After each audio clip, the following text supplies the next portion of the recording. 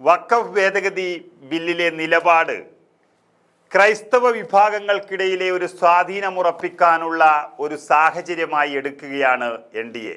പണ്ട് നമുക്കറിയാം, ശബരിമലയിലൊക്കെ ഒരു പ്രശ്നമുണ്ടായപ്പോൾ സ്ത്രീ പ്രവേശന സമയത്ത് സംസ്ഥാന പ്രസിഡന്റ് അടക്കം പറഞ്ഞത് ഇതൊരവസരമായി കാണണം എന്നുള്ളതാണ്. അതേ തരത്തിലാണ് ഇന്നത്തെ സംസ്ഥാന പ്രസിഡന്റും അങ്ങനെയൊരു സൂചന സംസ്ഥാന കമ്മിറ്റിക്കും സംസ്ഥാനത്തെ പ്രവർത്തകർക്കും നൽകിയിരിക്കുന്നത്.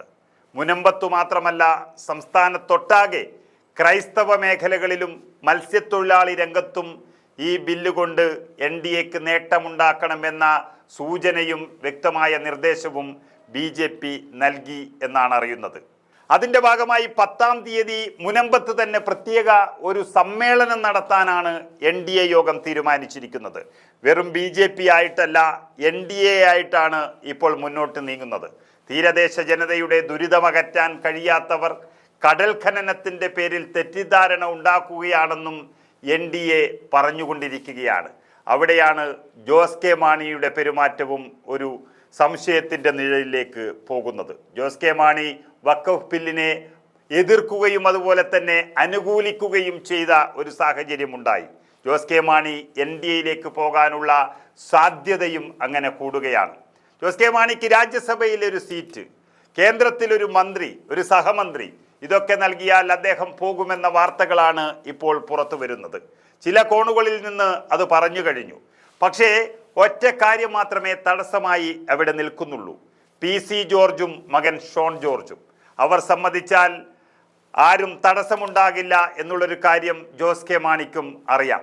കാരണം PC ജോർജും അതുപോലെ തന്നെ മകനുമുള്ളത് BJPയുടെ നേതാക്കന്മാരായിട്ടാണ്. പക്ഷേ ജോസ് കെ മാണി BJPയുടെ ഘടകകക്ഷിയായിട്ടാവും നിൽക്കുക എന്നുള്ളത് കൊണ്ട് ഒരു തടസ്സമുണ്ടാകുമോ എന്നാണ് അറിയേണ്ടത്.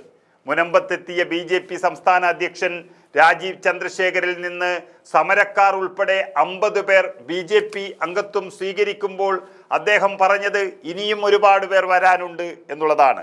അവിടെയാണ് ജോസ് കെ മാണിയെ ലക്ഷ്യം വെച്ച് കോട്ടയം ജില്ലയിലും അതുപോലെ തന്നെ മധ്യ കേരളത്തിലും വലിയൊരു നീക്കം BJP നടത്തുന്നു എന്നുള്ളതിൻ്റെ സൂചന നമുക്ക് ലഭിക്കുന്നത്. നമുക്കറിയാം, ജോസ് കെ മാണിയെ സംബന്ധിച്ചിടത്തോളം പ്രവർത്തകർ ഒരുപാട് UDFിലേക്ക് തിരിച്ചു പോയിരിക്കുന്നു. അദ്ദേഹത്തിനാണെങ്കിൽ LDF ഇട്ട് UDFിലേക്ക് പോകാനുള്ള മനസ്സുമില്ല. പല പ്രശ്നങ്ങൾ കൊണ്ട് UDF നേതാക്കന്മാരുമായുള്ള ബന്ധം വഷളായിരിക്കുന്ന ജോസ് കെ മാണി ഇനി പിണറായി വിജയന്റെ കൂടെ നിൽക്കാൻ കഴിയാത്തൊരവസ്ഥ വന്നാൽ BJPയിലേക്ക് പോകും എന്നുള്ളതിൽ സംശയമില്ല.